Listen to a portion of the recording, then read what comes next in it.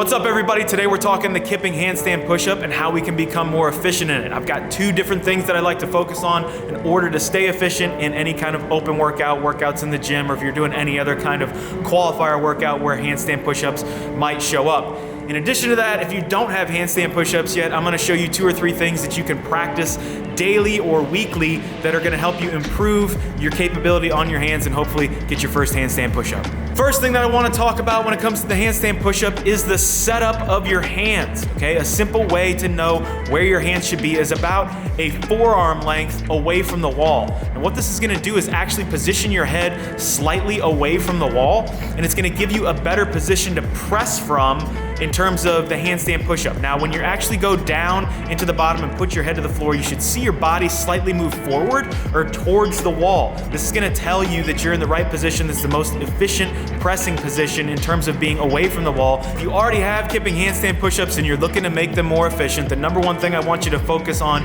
is weighting in the kip. So just like a thruster, you don't wanna break that core to extremity relationship where you start to press with your arms before you actually use your hips to get the barbell off your chest, right? The same thing goes in the handstand push-up. We don't want to start pressing with our arms before we've fully extended those hips, and you can actually feel your body weight start to move up the wall before you start to press. We want to wait for that to happen and make sure that that's going to be a way that we can use our legs actually in the handstand push-up, or our hips, more effectively to transmit the power to get your body off of the floor without having to fatigue your arms. All right, if you do not yet have a handstand push-up, that's no problem. We're gonna show you 3 different things that you can do to hopefully develop that first handstand push-up, and it's gonna start with the most basic, which is going to be the strict or military press, seated or standing, and I like to use dumbbells because it's much more specific to the pressing motion that you have to perform out of the bottom of a handstand push-up in order to develop that movement. When you grab onto the dumbbells, I want your elbows to be facing forward to perform any seated or standing presses. This is gonna put your arms in a more specific position to where you're actually gonna be when you have to press off the floor to perform a handstand push-up. When you're performing this movement, I'd recommend you do it 3 to 4 days a week at 3 to 5 sets of 5 to 10 repetitions at the heaviest weight you can use for either of those rep ranges. The next thing we're gonna add are tempo reps to our seated or standing military press, right? So instead of just pressing up and down as fast as we can to get the repetitions done, we're actually gonna add a tempo count to it.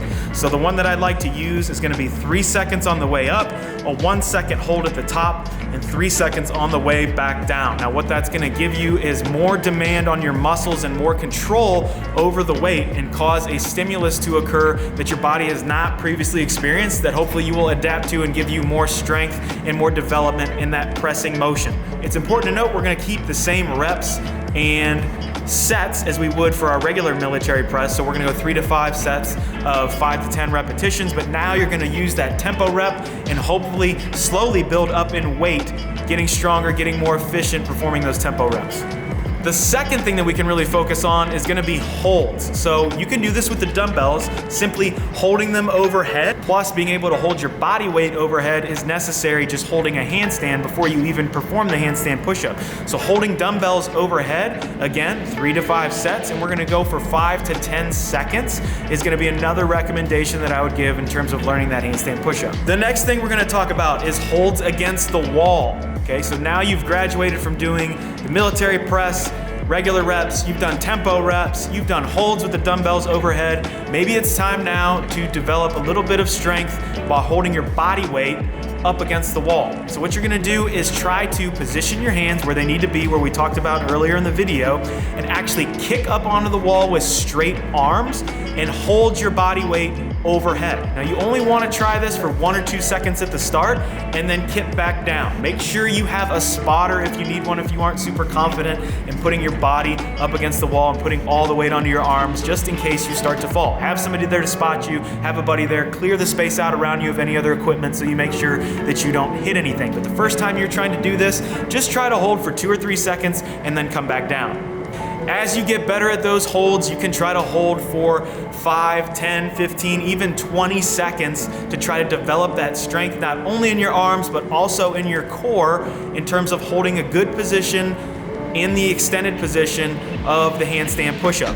Last but not least, let's say you got through that hold. Now we want to try to work on the descent. So all we're going to do is kick up to the wall, get our good holding position, make sure that our midline is nice and tight, and we're just going to drop our head slowly down to the mat beneath us. That's going to be a nice controlled descent. As soon as your head makes contact with the mat, you're going to immediately come down. We don't want to rest any of our weight on our head or on our neck. That part is very important. Your neck is not meant to do that kind of thing, especially with your body weight, especially if you're not used to it.